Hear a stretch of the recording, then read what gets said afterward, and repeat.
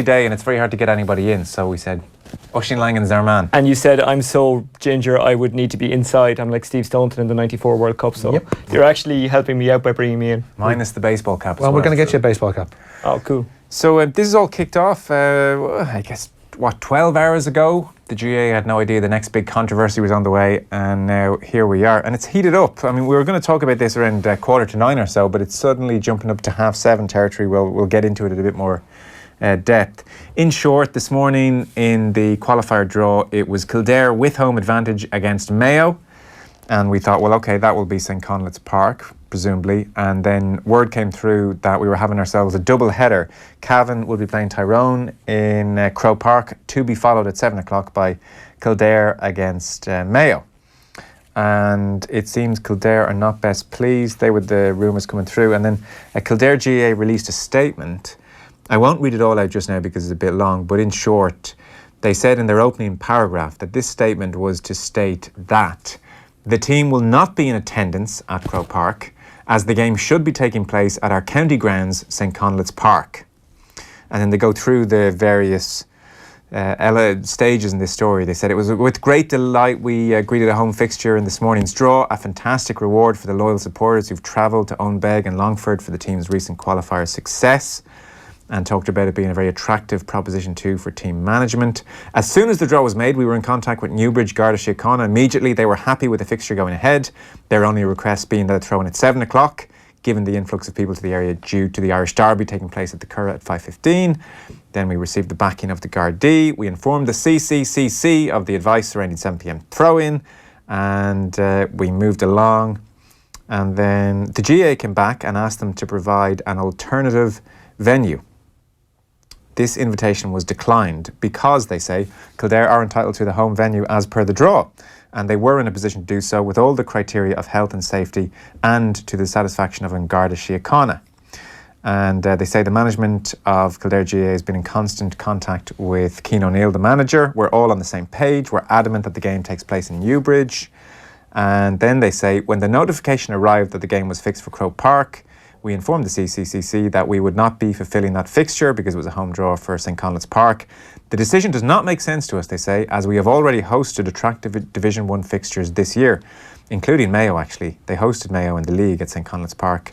And he says there's also concern as to the implications were Kildare to qualify for what they say are the so-called Super 8 series. That's my favourite bit of the statement, if I'm being honest. honest. My favourite bit is the fact that you said this is you paraphrasing this statement. It's a long statement. Yeah. I'm just trying to bring people up to date. What bit have you cut out of this? Yeah. They say the major selling point is that we would have one major home fixture in the Super 8s. Does this now mean that we in Kildare would be denied that right, were we to qualify? You can picture the reddened cheeks as they're writing that bit. Yeah.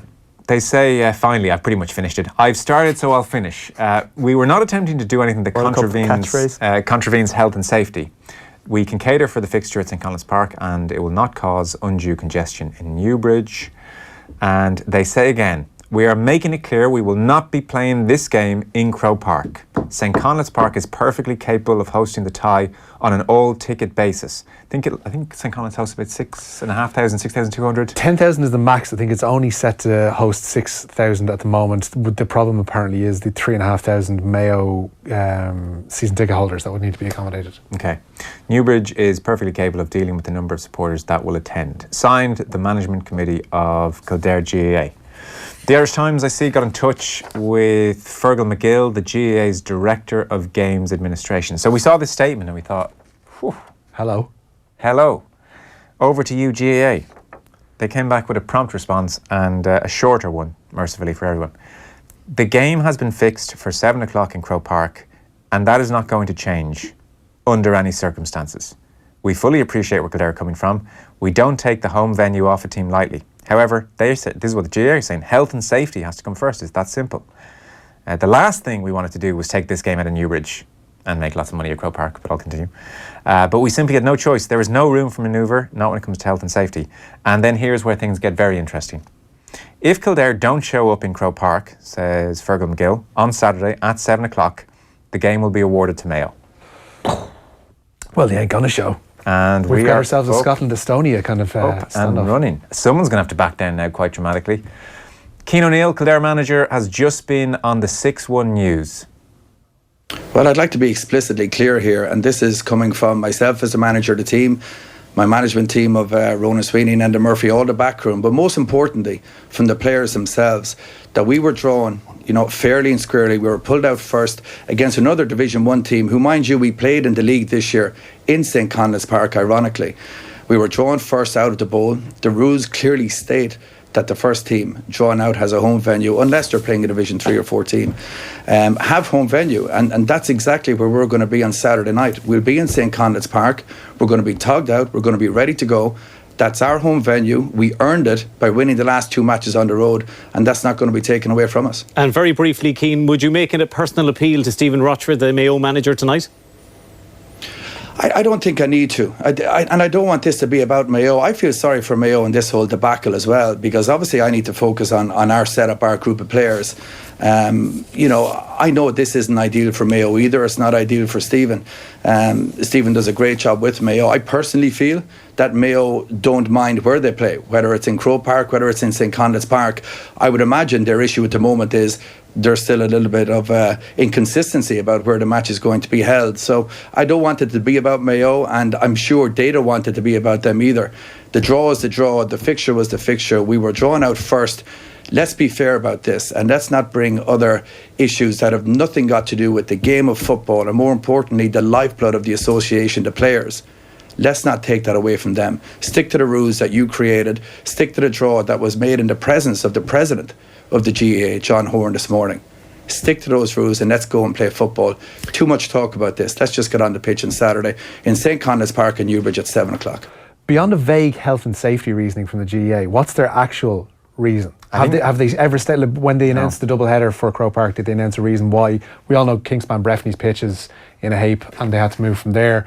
You'd almost regard that as fair enough. Yeah. St. Conleth's, but beyond that vague health and safety, they haven't said. The statement from Kildare says, we informed the CCCC of the advice surrounding the 7 p.m. throw-in. They were asked to provide an alternative venue. An invitation we declined because Kildare are entitled to the home venue, as we know, and that they have the satisfaction of Don Garda Síochána. They also say they adhere to the National Facilities / Health and Safety Committee.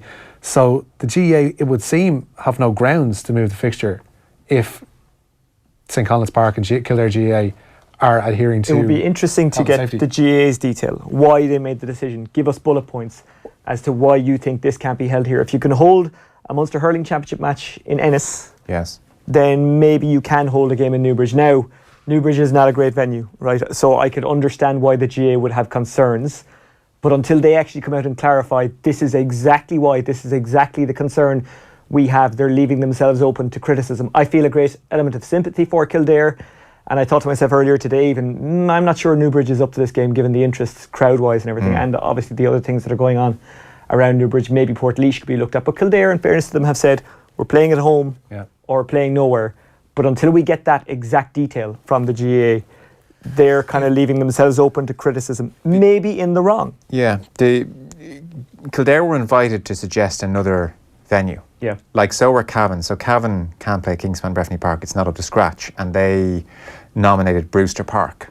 Kildare were asked to nominate an alternative venue, maybe Portlaoise, and they declined to do so. They said they're more than happy with Newbridge.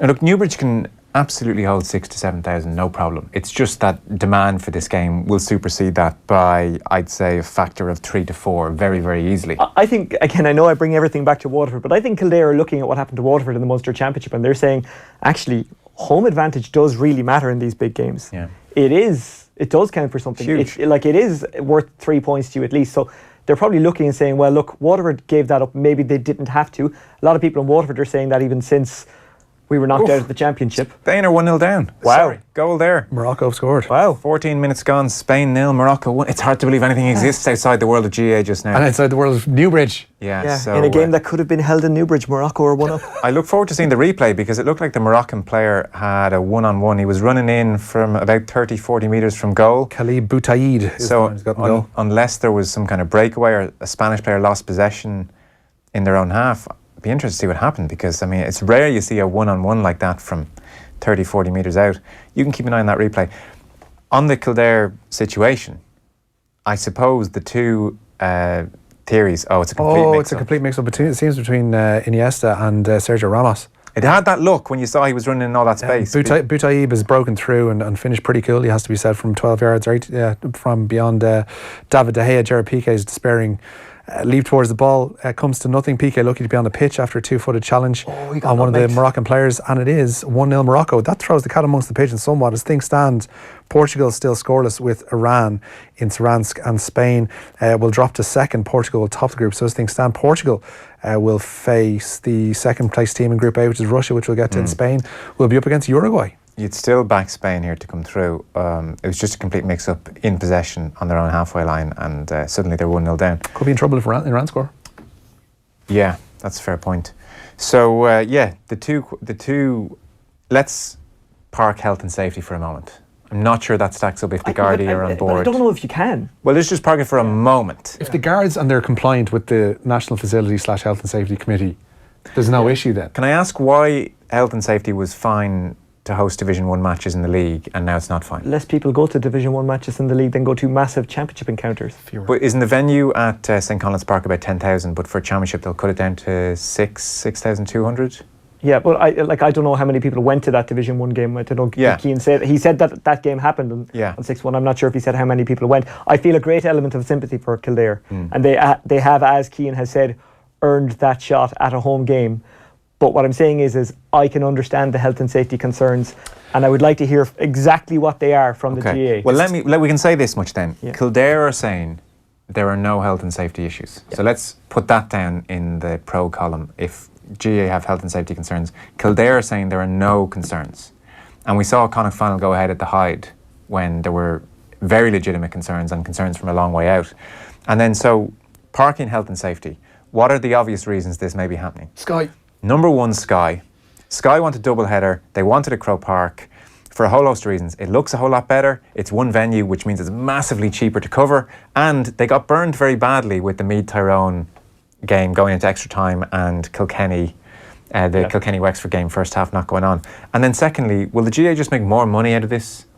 Well, firstly with Sky, I would imagine, and I don't speak for any broadcaster, but does a half-empty Croke Park or even a Croke Park that has less than a quarter of its capacity in look good on TV? I'm not sure it does. I think two regional venues look a lot better. I think the aesthetics of it should be set aside. The cost issue and the fact that they won't have two games overrunning is massive for them, because they're going to be producing TV from the one venue.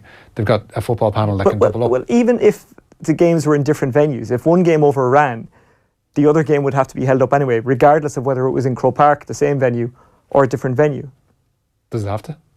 Well, if you make it clear from the start, look, this is TV will delay it because TV does have that power, then it didn't happen with the Meath Tyrone and Kilkenny game. Maybe they put in some provision, but I don't know. I think there'll be raised eyebrows here. The GA will have to come out and explain this better. Yes, absolutely they will. I think that's where we are. We need to hear exactly what those health and safety concerns are. With great detail. A lot of detail. In a lot of detail. Absolutely. I totally agree with that. Because then the question has to be asked, well, why have we been having league matches where potentially you might get a big walk-up crowd and there are health and safety issues across Division 1 calendar? Yeah, that's a legitimate question. Like if St. Conleth's Park can't safely hold 6,000 to 7,000, if that's what the GA are saying, then why has that been happening across league campaigns? They've been lucky. It's not just league campaigns. It's the Byrne Cups, it's Dr. McKenna Cups, but they are regularly oversubscribed to the point of view that they don't necessarily have the room for them, but they don't have the staff to get the people through the gates quick enough. And that's a constant throughout January, and is a constant throughout the early stages of the league. That's a health and safety concern that's never addressed by the GEA. Well, it is when they hold the throw-in time, when they delay it to get a crowd in. Crowd congestion. And the thing is again, we're saying why are league games allowed be held there? We don't have the figure for those league games. Like, is there 10,000 people going to a league game in Newbridge ever? Well, it would strike me it's very possible. If we're talking about 6,000 or 7,000 for the championship game here against Mayo, it would strike me as entirely possible that Kildare, big football county, entirely possible they'd be getting 6,000, 7,000 for, unexpectedly perhaps, but it's possible it would happen, walk-up crowd on the day. So that's a question. The GA are going to be very careful here about how they talk about this. Exactly, and it's a great venue when it is full. I was at an O'Byrne Cup final a couple of years ago. Wow. Isco. 1-1. He is Isco. Go on. I was at an O'Byrne Cup final a couple of years ago. You finally got it. There we go. Yeah, thanks. And there was a massive crowd. Great venue. That really emotional night against Antrim packed, great venue. I was there that night. So that was absolutely packed. Yeah, and it was fine. Now, one of the concerns that I heard about one of the smaller grounds that held a game this season was the toilets. There just wasn't capacity in the toilets. It ain't the sexiest subject in the world to talk about regards hosting games, but if it's an issue, it's an issue. Is that the issue that's stopping it? We're not, because until we get that detail, we don't know. I think that's a fair point for the time being. The GA are going to have to deal with this very quickly. This Saturday, isn't it? Yeah. This Saturday. Tickets are already on sale for Croke Park. I mean, Cian O'Neill has said Kildare will be in St. Conleth's Park putting on their shorts and socks regardless. This is what I cited earlier on. It's Scotland and Estonia from the mid-90s when Scotland pitched up in Tallinn and no Estonian side trotted out and Scotland were awarded the match after kicking off in front of nobody. Yeah, let's kick off this news round. We've already gone a bit long there. So this news round is brought to you this evening with Screwfix.ie, championing the trade with a choice of over 20,000 quality trade products. So Richie, we've obviously dealt with Kildare and Mayo and the World Cup. Donegal is where you're jumping in next? Yeah, Donegal manager Declan Bonner says clever player management has helped them regain the Ulster football title. They claimed 9th Anglo-Cell Cup yesterday and their first since 2014 with a 2-18 12-point win over Fermanagh at Clones. And the 1992 All-Ireland winner told Dave it's a particularly gratifying experience to see some of his former underage charges contribute this year. He came back with the underage group about 6 years ago, and it's great to see some of those, a lot of those guys involved now. And as I say, we're far from the finished article. We know we have a lot of work to do, and the next goal, next target is going to be the Super 8, so we'll have to sit back and see exactly where we're at with that. I know you weren't involved last year, but looking at the likes of Frank McGlynn, for example, Michael Murphy, Paddy McGrath, these are guys who have been around the inter-county setup for a decade, if not more, and they just look like there's a new lease of life out there. How much is that down to the infusion of so many youthful guys in the squad, bringing the energy levels up throughout everybody, including yourself? There's no doubt about that there, but we set our stall out in the National League. We didn't use these players in the early part. Me and Frank didn't play in the National League, and I think until the last game. Paddy McGrath was also, Michael Murphy came in after 3 or 4 matches, so we kept those guys. We knew we needed those guys fresh, and that's what we looked at, and those guys coming in with a real fresh attitude, plus the younger lads, and it was about knitting that all together, and that's great. It's just brilliant now to get over the line there. Elsewhere, Dublin will likely begin their Super 8 campaign, or so-called Super 8 campaign, against Donegal without John Small. The Ballymun man dismissed 5 minutes after his introduction to the Leinster final yesterday after making contact with the face of Laois's Evan O'Carroll. Dublin comfortably won the game to collect an 8th consecutive Delaney Cup and their 13th in 14 years, underlining their dominance in Leinster. But manager Jim Gavin was unsurprisingly surprised at Small's red card. My initial thoughts were that was more clumsy than malicious. I thought John went for the ball. Be surprised looking back in the tapes if you don't see he made a contact with the ball, and that consistency that you want to see. I don't think there was any maliciousness on the Laois tackles as well, but maybe some over exuberance, and the referee let it go, and rightly so. And I thought John's one was probably something, but might have been rough play. But surprised to see him get the red. Yeah, I know Tomás O'Shea last night thought it was slightly harsh as well. There wasn't much intent. I'd probably share that view. Replays don't do him any favours, but I don't think it was necessarily malicious. No. Silly, but malicious. Yeah. Kildare 100% correct to refuse to play in Croke Park. The capacity of Newbridge is irrelevant. It is a home fixture, and that is their home ground. They have the full support of the majority of GAA people. Time to draw a line in the sand, stop corporate considerations dictating the decision-making process. Up the lilies, says Dave and Meath. Meath man saying up the lilies. Wow. This is how far we've come. This is incredible stuff. Lads, do you know the consequences for a walkover in Inter-County Championship? At club level involves fines and entire club suspensions. It's a huge decision, says Eamon. I don't actually. I mean, when has it ever happened? When is the last time we had a forfeit in GAA? Can't think of one. I think the closest was it Cork not turning up for extra time of a league quarter-final back in Barney Rocks Day, because it was Dublin they were playing. I think they weren't, again, just thinking of this right now off the cuff, I think they weren't told there was extra time, so they left. Now, I think they came to some arrangement where they replayed the game, but that's the closest thing I can think of. I haven't heard of an inter-county fixture of this level. So not that close is our short answer. Yeah, there. no, in no way close. Eamon, we're not sure. We're not sure is the honest answer. Rob and Monaghan, maybe a clue as to why they want it moved to Croke Park. Who's televising it? Says Rob. That was a few minutes ago before we mentioned that aspect. Fair play to Kildare about time. A county stood up to top brass. It's either a home game or it's not. And I'm no fan of Kildare as a Laois person, but I would be behind them this one. They need to hold the ground, refuse to go. Of course, Mayo will bring the crowd in for the GAA, and the GAA need Mayo in the Super 8s for ticket sales, says Anna.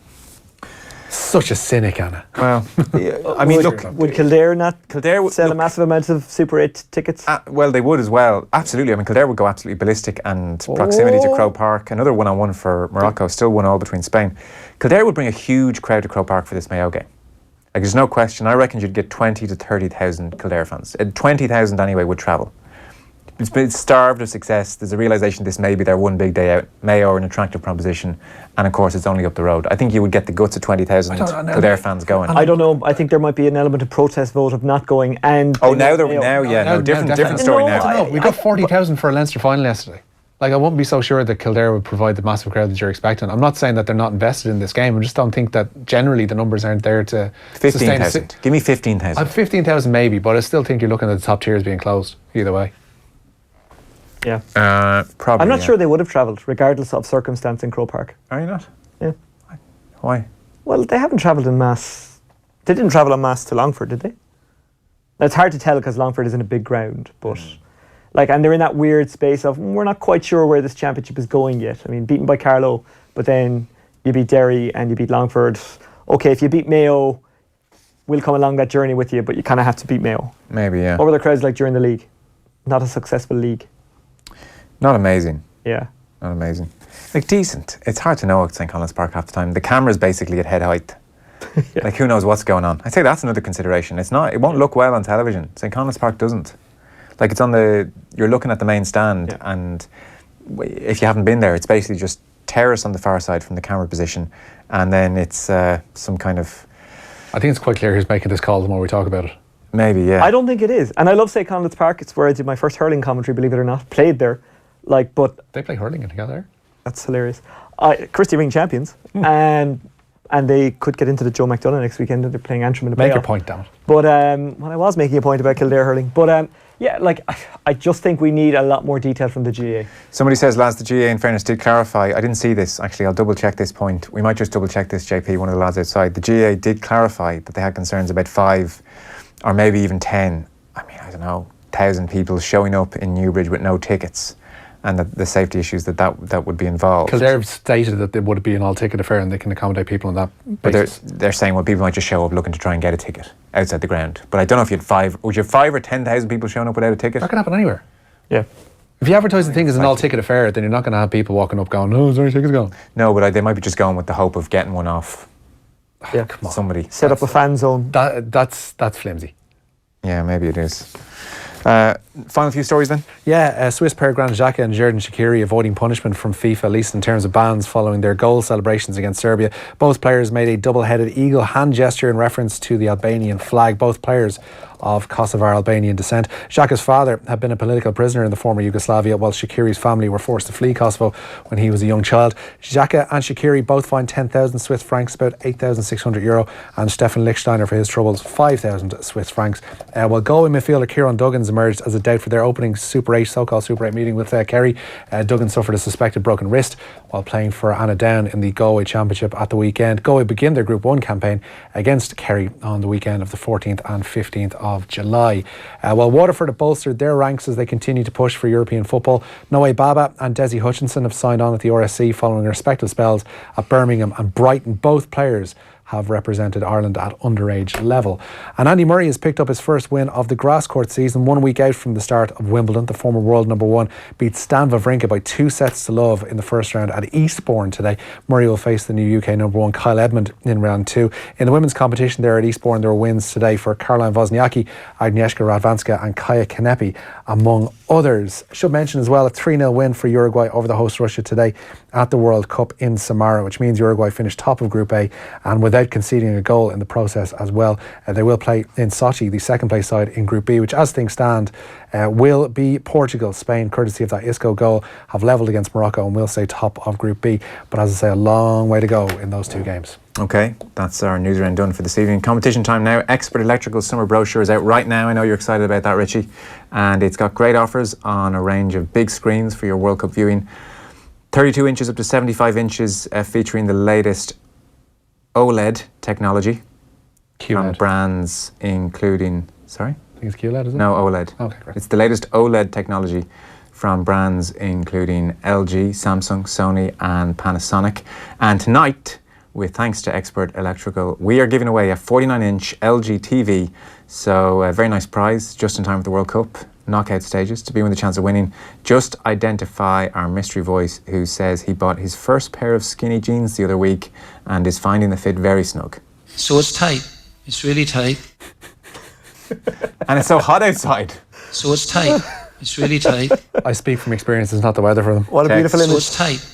It's really tight. Text your name and answer to 53106. 53106, 3 cents. Oddly We'll announce attractive. the winner later on in the show. All with thanks to Expert Electrical, Ireland's largest electrical retailer. It's a 49-inch LG TV up for grabs. Short break. After 8 o'clock, we'll have Monday Night Rugby with Matt and Eddie. Football show will start early tonight because it's that kind of an evening. We'll have Kevin Kilban from Moscow. We will talk to Tim Vickery as Argentina cling on ahead of tomorrow. Maradona is requesting a meeting with the players. How unhelpful must that be? And we'll also talk to Martin Lipton as well as England close in on a first World Cup since 1966. Off the Ball on News Talk. Thanks to Screwfix.ie, championing the trade with a choice of over 20,000 quality trade products. The Oisin Book Club on the Pat Kenny Show. This month, Oisin recommended 4 books for us. Violet Hill by Henrietta McCurvey, Mind on Fire by Arnold Thomas Fanning, Last Stories by William Trevor,